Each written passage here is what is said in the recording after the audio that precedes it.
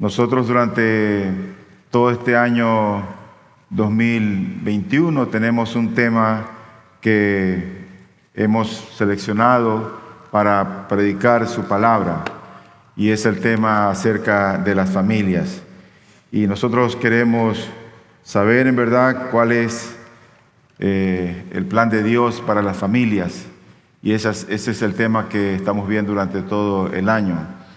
Y nosotros empezamos viendo cuál era el rol del esposo, luego vimos el rol de los hijos, o más que el rol del esposo, el rol del hombre como cabeza en el hogar, y entender que el hombre es justamente aquel líder piadoso que dirige a su esposa, que dirige a sus hijos en el conocimiento pleno, en la instrucción de la palabra del Señor.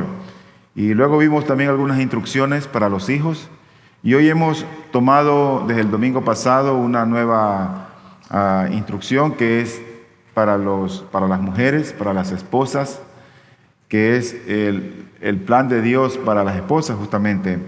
Y nosotros empezamos ese sermón la semana pasada. El día de hoy vamos a ver la segunda parte, pero aún quedan 3 sermones más con respecto a los matrimonios.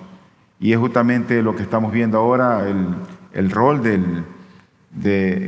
o el plan de Dios en los matrimonios, qué es lo que Dios hace en los matrimonios.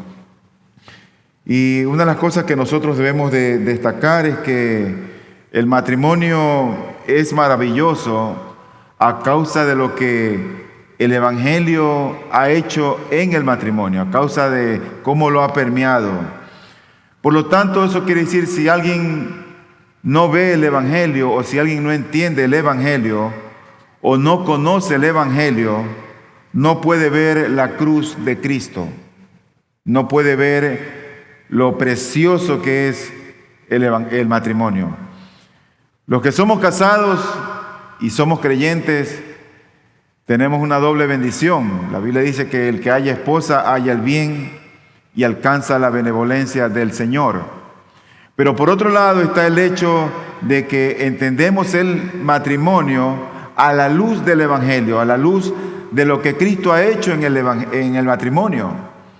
Por lo tanto, es una doble bendición para todo aquel que es cristiano y está casado, porque entiende el Evangelio y también disfruta de lo que Dios ha hecho en los matrimonios a causa del Evangelio, a causa de lo que Cristo hizo en la cruz del Calvario. Y digo que esto es importantísimo sobre todo para el creyente, porque es el creyente el que lo puede entender. Aquel que no es cristiano no puede entender estas cosas. El cristiano fácilmente se divorcia, se separa, comete infidelidades, porque no ha aprendido a deleitarse o a disfrutar del matrimonio en Dios. Dice la Escritura en 1 Corintios 2:14, pero el hombre natural no acepta las cosas del Espíritu de Dios, porque para él son necedad y no las puede entender, porque se disciernen espiritualmente. El hombre natural no puede entender el matrimonio. Y pienso que hay matrimonios que tienen años de casado y sin ser cristianos son como un testimonio o un ejemplo para muchas personas. Pero cuando tú ves esos matrimonios, tú tienes que pensar en 2 cosas. En primer lugar, que hay gracia común de Dios allí. No es porque todo lo que hacen está aceptable ante los ojos del Señor, sino porque la gracia común de Dios los ha favorecido. Pero en segundo lugar, porque también hay principios bíblicos que sin ellos saberlo, lo aplican en sus matrimonios y en sus vidas. Entonces, cuando interviene Dios en el corazón del hombre, es que el hombre abre sus ojos y puede contemplar la hermosura de quién es Dios, y puede también ver la obra preciosa, lo que Dios ha hecho en cuanto al matrimonio. Segunda de Corintios 4:6 dice, por ejemplo, pues Dios que dijo que de las tinieblas resplandecerá la luz, es el que ha resplandecido en nuestros corazones para iluminación del conocimiento de la gloria de Dios en la faz de Cristo. Por lo tanto, nosotros lo que vamos a ver el día de hoy es que el matrimonio es una representación de Dios, porque en Cristo Dios ha hecho un nuevo pacto con sus hijos o con su pueblo. Y en este compromiso, en ese nuevo pacto, Dios promete perdonar, justificar y en su tiempo glorificar a todos aquellos, por supuesto, que se han alejado del pecado, que han venido a Cristo, que lo han recibido a Cristo como el Señor, como el Dios supremo, el tesoro supremo de sus vidas. Desde el principio, desde el Edén, tú te das cuenta que el matrimonio fue diseñado para ser el reflejo y la representación de esa relación de pacto comprada con sangre. Entonces, desde el inicio, el matrimonio muestra un nuevo pacto. Nuestros matrimonios tienen que reflejar algo. Nuestros matrimonios deben proyectar algo, deben presentar algo. Y no solamente el hecho de tener tal vez a sus hijos bien criados, es el hecho que debe reflejar a Cristo el Señor. Así como el hombre deja a su padre, a su madre y se une a su mujer, así es como Cristo también ha dejado los cielos, dejó a su Padre, dio su vida por la iglesia y se unió con la iglesia eternamente. Un texto clásico conocido que lo hemos leído y lo vamos a seguir viendo en el transcurso de estos días es Efesios 5, 31 y 32, que dice: por esto el hombre dejará a su padre y a su madre y se unirá a su mujer y los dos serán una sola carne. Luego dice: grande es este misterio, pero hablo con referencia a Cristo y la iglesia. Por lo general nosotros tomamos siempre como una buena referencia el versículo 24 de Génesis 2. Lo recitamos, lo sabemos casi de memoria y no prestamos mucha atención al versículo que sigue, es decir, al versículo número 25. Es fácil ver y entender lo que dice aquí, que el hombre dejará a su padre y a su madre y se unirá a su mujer y serán una sola carne. Pero si tú te das cuenta en este pasaje, el versículo 25 fluye, brota del 24. Y dice: y estaban ambos desnudos, es decir, Adán y Eva, y no se avergonzaban. Ahí estaban ellos en el Edén, viringos, desnudos, sin ropa, como Dios los había enviado, sin vergüenza. No estaban ellos avergonzados en ningún momento. La pregunta es: ¿por qué no se avergonzaban? Bueno, tú dirás, es que ahí no había pecado todavía. Estaban en un estado de pureza. Y eso sí tiene una razón de ser. Pero otra causa podría ser también que tal vez no se avergonzaban a causa de que sus cuerpos eran perfectos. Dios creó al hombre, a la mujer, todo lo que hay. Y en el versículo 31 del capítulo 1 de Génesis dice que después que Dios hizo toda su creación, Él vio lo que había hecho y todo era bueno en gran manera. Dios hace al hombre, hace a la mujer, y yo no creo por ningún momento que Dios hizo un par de seres imperfectos. Dios hizo un hombre y una mujer perfectos.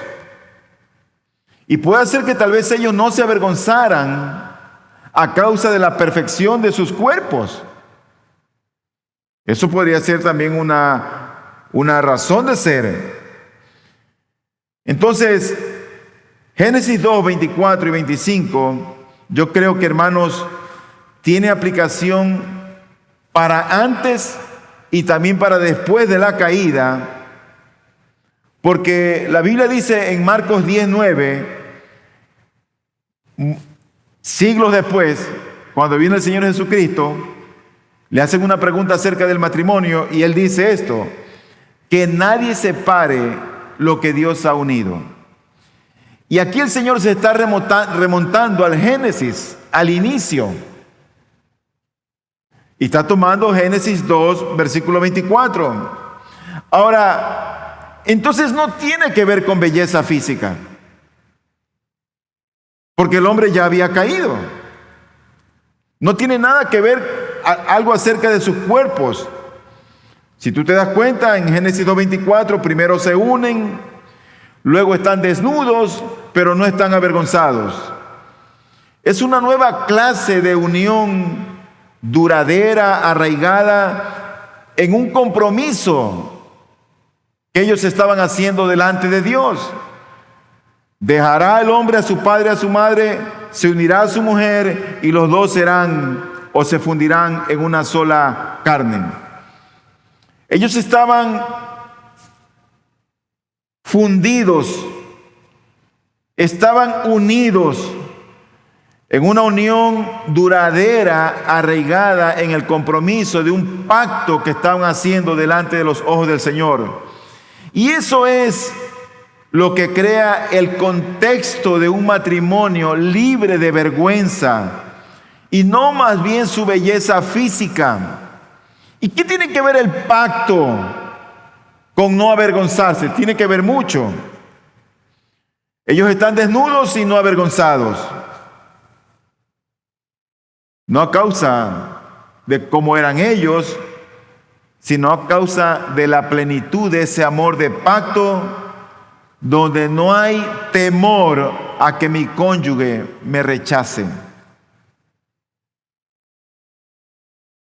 La esencia de este nuevo pacto es que Cristo realmente pasa por alto los pecados de su novia. Su novia, la iglesia, está libre de vergüenza, no porque sea una iglesia perfecta, sino porque no teme que su amante, que su esposo, la condene o la avergüence debido a su pecado. Esta es una cita de John Piper. Y por esta razón es que la doctrina de la justificación, yo creo que juega un rol muy importante, porque por gracia, mediante la fe, es que la esencia de lo que hace funcionar el matrimonio ocurre mediante lo que Dios hizo en la cruz del Calvario en cuanto a la justificación por la fe en Cristo. Entonces la justificación crea paz con Dios en un sentido vertical, a pesar de nuestro pecado, y cuando la experimenta horizontalmente, crea una paz libre de vergüenza entre un hombre y una mujer imperfectos. Cuando tú tienes paz con Dios, cuando tú estás alineado con el Señor, cuando Él te ha justificado, entonces esa justificación vertical o esa paz que tienes en el sentido vertical, no solamente que permanece allí, sino que en el sentido horizontal también tiene un efecto, y en este caso para con tu cónyuge, a pesar de ser imperfectos. Tú sabes que el 10 de agosto del año 1809 es una fecha célebre en nuestro país, porque ese fue el primer grito de la independencia que dio inicio a una serie de reuniones, de batallas y de conquistas para liberarnos de la corona española. Mientras los españoles estaban en nuestro país llevándose los bienes materiales como el oro, el cobre y las mujeres, eran ellos los que gobernaban, los que dirigían, los que lideraban.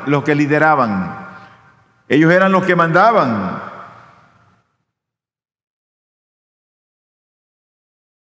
Pero el 10 de agosto empezó una revolución para procurar la independencia de la corona española. Eso se dio lugar más adelante, y cuando hubo una independencia de España, entonces Ecuador ya no tuvo más dominio, ni más control, ni dirección de los españoles. Ahora Ecuador caminaría solo. Bueno, el hombre también decidió un día independizarse de Dios. Dios lo controlaba, lo gobernaba, lo dirigía y lo lideraba. Y un día el hombre decidió independizarse de él y decirle: no quiero que me gobiernes, no quiero que me dirijas, no quiero que me lideres. La criatura rechazó al Creador, y de ahí en adelante vino la debacle para la humanidad. En Génesis 2:17 dice la Escritura que el Señor le dijo: pero del árbol del conocimiento del bien y del mal no comerás, porque el día que de él comas, ciertamente morirás. El hombre no hizo caso a aquello. La mujer fue seducida por Satanás. Sus ojos se abrieron y la mujer pecó. Pecó en tentación. Comió del árbol. Y un poco más adelante, en Génesis 3, 5 y 6, dice la Biblia que Satanás le dice a la serpiente: pues Dios sabe que el día que de él comáis, serán abiertos vuestros ojos y seréis como Dios, conociendo el bien y el mal. Cuando la mujer vio que el árbol era bueno para comer y que era agradable a los ojos y que el árbol era deseable para alcanzar sabiduría, tomó de su fruto y comió, y dio también a su marido que estaba con ella, y él comió. El primer efecto de esa rebelión contra Dios, el primer efecto de esa declaración de independencia, se registra justamente en el versículo 7. Dice la Biblia: entonces fueron abiertos los ojos de ambos y conocieron que estaban desnudos. ¿Por qué se cubrieron? Y cosieron hojas de higuera y se hicieron delantales. Ellos, cuando pecaron, vieron su propia desnudez y trataron de cubrir su desnudez. Se avergonzaron uno de otro.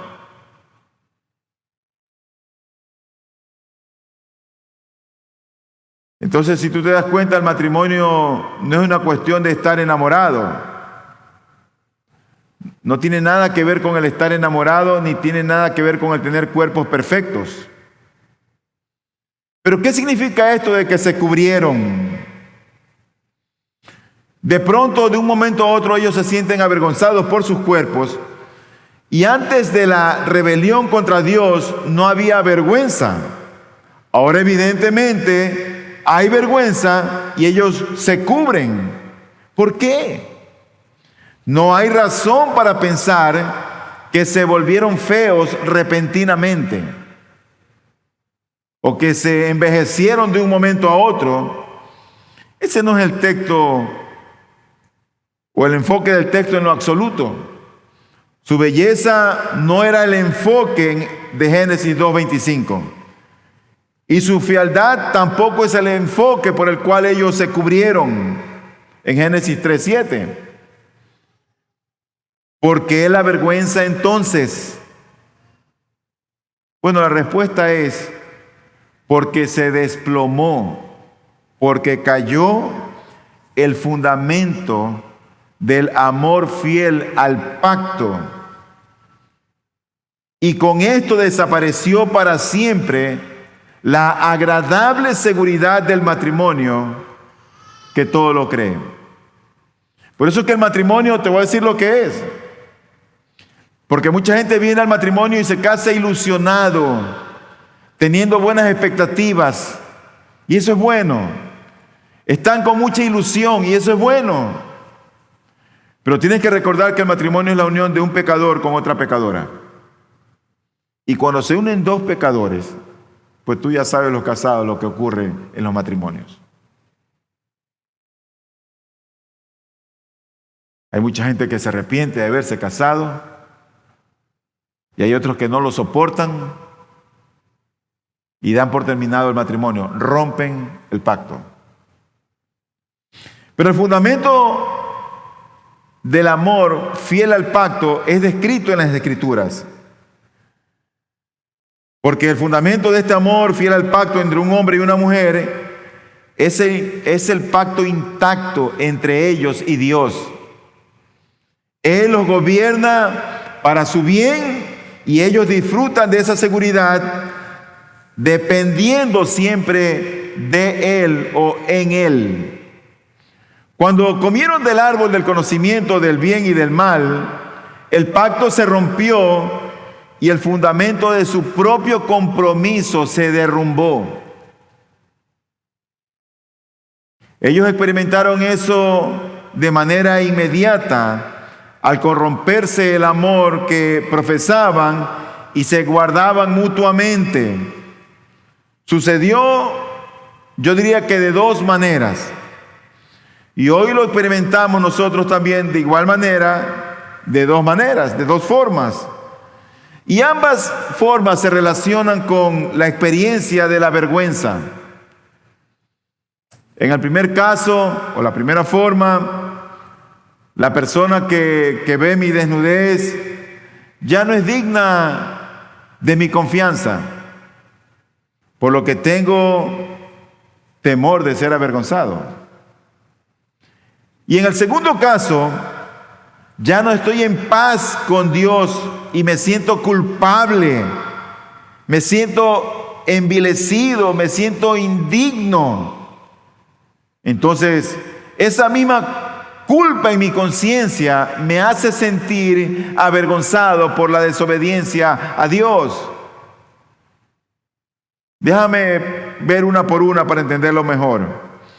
El hombre pasó de la vulnerabilidad, porque el hombre no era invulnerable, el hombre pasó de la vulnerabilidad cuando estaba en el Edén a la vergüenza cuando fracasó y pecó contra Dios. En el primer caso, me siento avergonzado por mi cuerpo, me siento vulnerable de la vergüenza, porque sé que Eva ha elegido ser independiente de Dios. ¿Cómo Eva pudo haber hecho eso? Es que se ha independizado de Dios, ya no quiere nada con Dios. Ella se ha puesto al centro en el lugar de Dios. Ahora ella es esencialmente una persona egoísta. Y yo, Adán, estoy juzgando a Eva. Desde hoy en adelante yo sé que ella se va a poner en primer lugar. Quitó a Dios. Ya no es una sierva. Por lo tanto, ya no voy a confiar en esta mujer. Me siento vulnerable cerca de ella, porque probablemente me rebajará si eso la hace sentir bien. De modo que repentinamente mi desnudez es precaria. Ya no confío en que ella me ame con un amor puro y fiel al pacto. Porque si defraudó a Dios, de seguro que a mí también lo va a hacer. Esa es una fuente de vergüenza y de timidez. Entonces, lo segundo es que el pacto se rompió. Esa es la primera fuente. La segunda fuente se debe a que Adán también, no solo su esposa, también ocurre que también él rompió el pacto con Dios. No solamente fue ella. Si ella es rebelde y egoísta y por lo tanto no es de fiar, dice Adán, yo tampoco lo soy.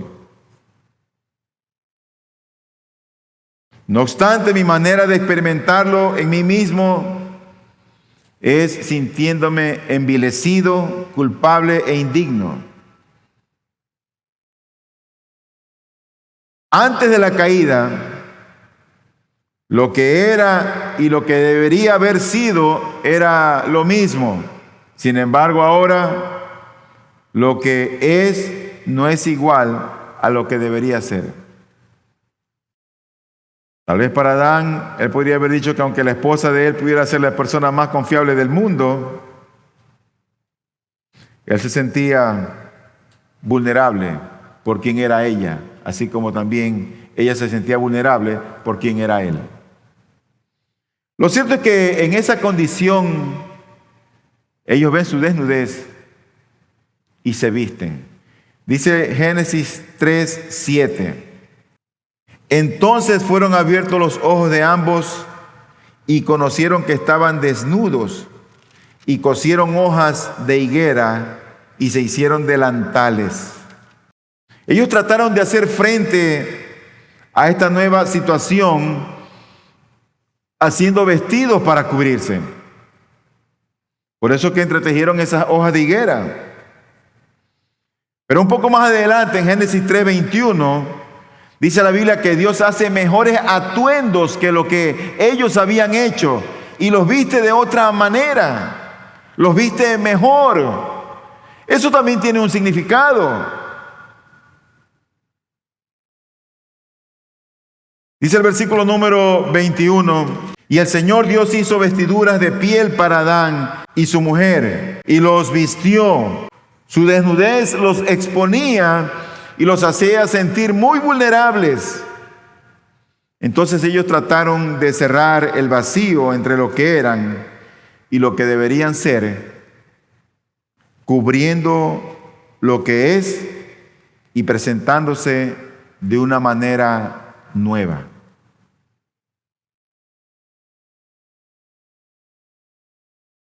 Desde el punto de vista de ellos,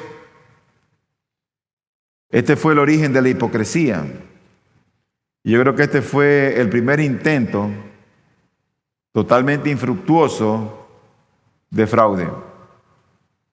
Ellos trataron de cubrir lo que eran, el estado en que estaban. El otro comentario que quiero hacer es que Dios se encarga de vestirlos. Y eso tiene un gran significado para nosotros.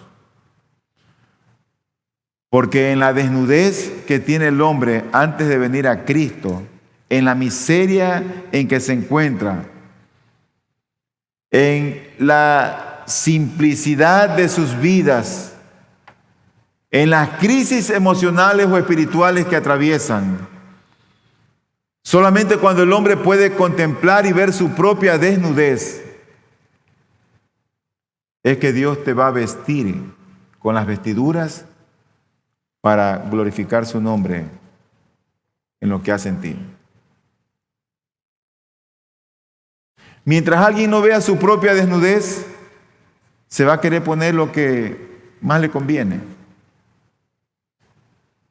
Esa vestimenta que Dios le da estaba reflejando algo que hoy también es para nosotros un sentido escatológico. Dice el versículo número 7, una vez más. Entonces fueron abiertos los ojos de ambos y conocieron que estaban desnudos y cosieron hojas de higuera y se hicieron delantales. 8. Y oyeron al Señor Dios que se paseaba en el huerto del fresco del día, y el hombre y su mujer se escondieron de la presencia del Señor Dios entre los árboles del huerto. 21. Y el Señor Dios hizo vestiduras de piel para Adán y su mujer y los vistió. Yo creo que entonces la vergüenza, para cerrar esta parte, la vergüenza de la desnudez surge de dos fuentes. Y las dos se deben al derrumbe del fundamento del amor fiel al pacto en nuestra relación con Dios. Y una de ellas es que ya no puedo confiar en que Eva me aprecie. En otras palabras, desconfianza. Yo no sé cuántos de los esposos confían plenamente en sus esposas. Y viceversa. Pero lo más terrible en un matrimonio es cuando no hay confianza. Eso es carnal. Cuando un matrimonio está en esa situación, necesita consejería. Porque no puedes adornar y vestirte con la vestimenta que tú más creas conveniente para tapar tu propia desnudez. Y hay muchos matrimonios que están en una situación de desconfianza a causa de la desnudez por su pecado. Lo cierto es que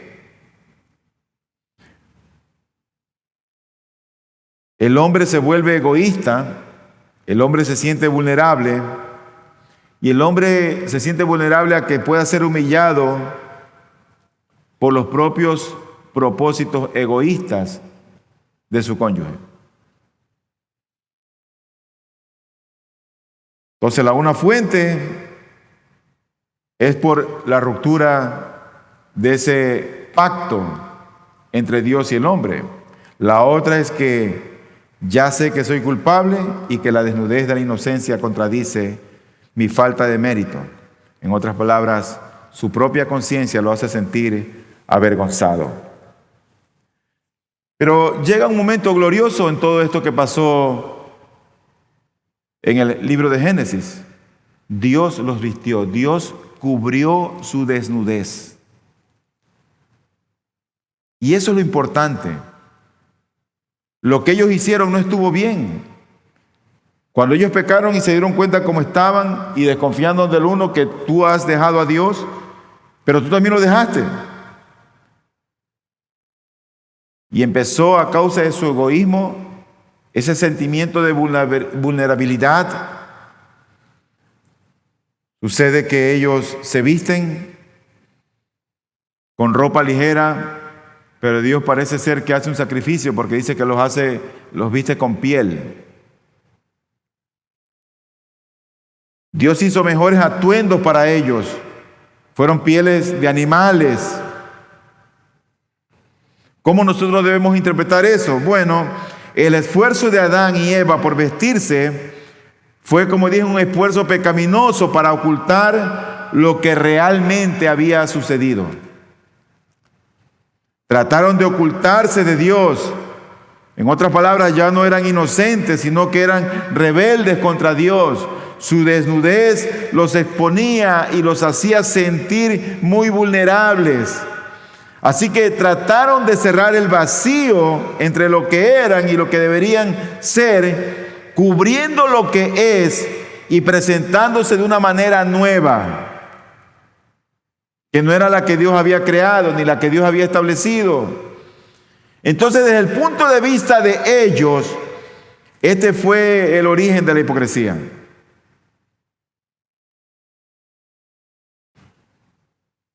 ¿Cuál es la importancia de la vestimenta para terminar? ¿Qué importancia tiene la vestimenta en lo que hemos visto? Nosotros ya hemos pasado a un significado más positivo de la vestimenta. La vestimenta que ellos utilizaron fue una vestimenta no agradable a los ojos de Dios. Y a veces nosotros en nuestra propia desnudez, por nuestro propio pecado, a veces utilizamos vestimentas que no agradan al Señor.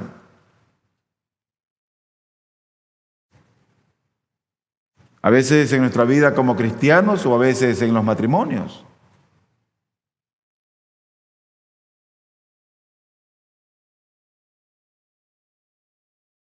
Dios tenía en mente, cuando vistió a Adán y Eva con pieles de animales, algo.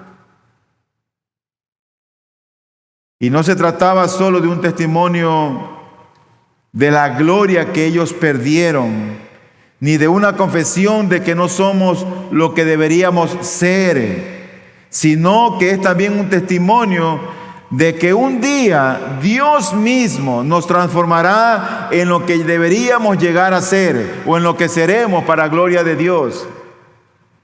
Ese era el testimonio de la vestimenta que Él utilizó con Adán y Eva. Dios rechazó las vestimentas de hojas que ellos se hicieron. Él mismo los vistió después. En otras palabras, Él mostró misericordia con una vestimenta mucho mejor.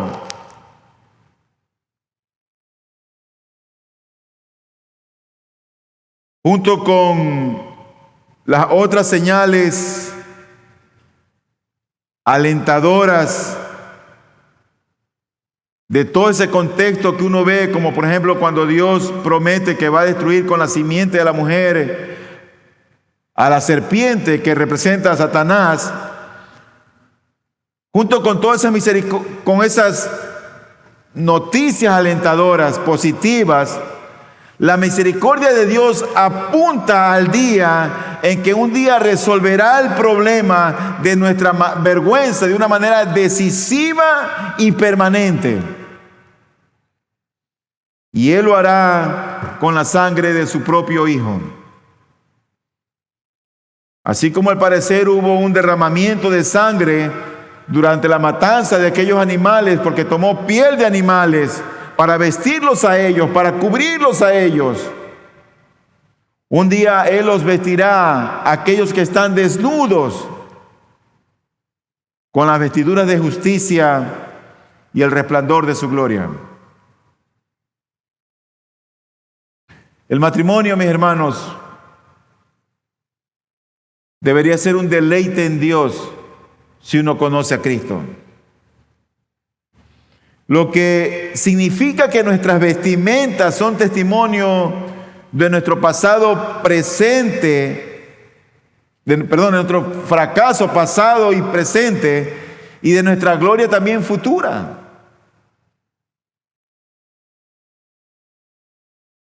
Esas vestimentas que tenemos ahora, las vestimentas de Cristo, es una bendición para todo creyente. Ellas testifican, en otras palabras, del abismo que existe entre lo que somos y lo que deberíamos ser.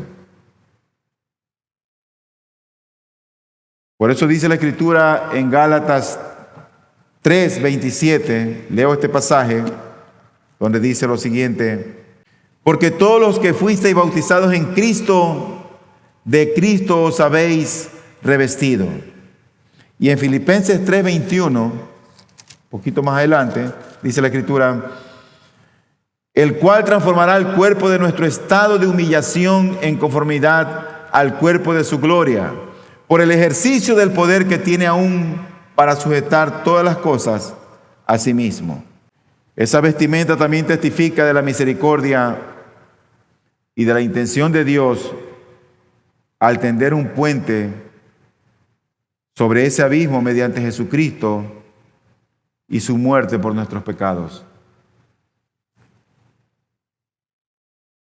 Él resolverá el problema del temor, el problema del orgullo, el problema del egoísmo y la vergüenza entre el hombre y la mujer mediante un nuevo pacto comprado con sangre. Si Dios ya hizo eso en ti, disfruta de ese pacto, para que Él forme su carácter en nosotros.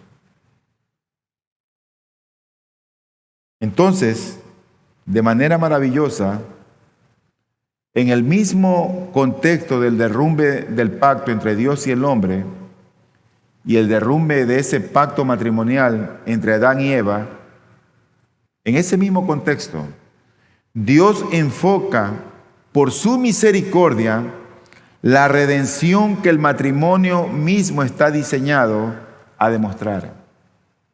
¿Y qué es lo que el matrimonio está diseñado a demostrar? Bueno, la gloria de Cristo.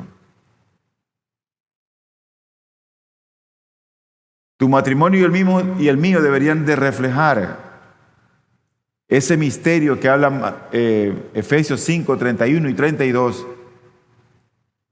que fue revelado con la venida de Cristo y su obra en la cruz.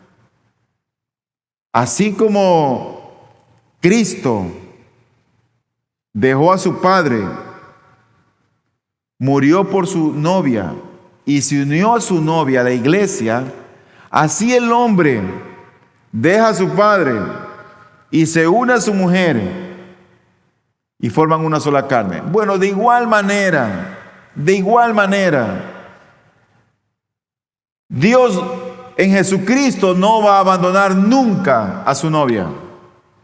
Él nunca te va a abandonar. Si tú has nacido de nuevo, Él nunca te va a abandonar. Si tú eres su hijo, Él nunca te va a abandonar.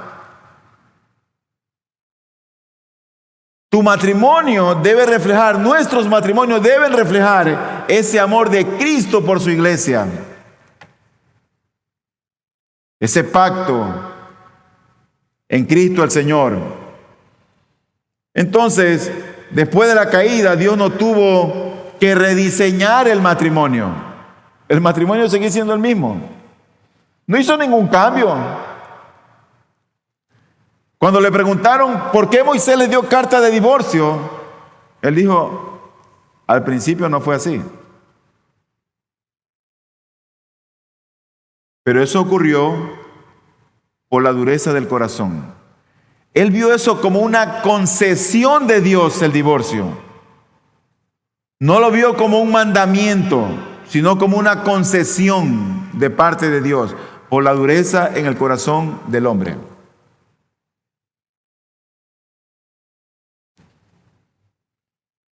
Él sabía lo que había creado en Génesis 2:24 y sabía lo que ocurriría más adelante en Génesis 3.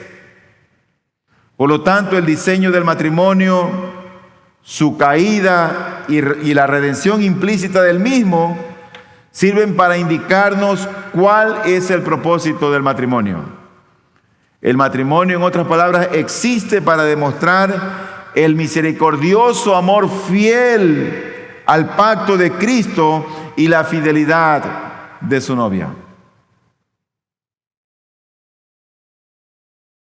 Quiera Dios que nuestros matrimonios siempre testifiquen de lo que Cristo ha hecho en nuestros corazones.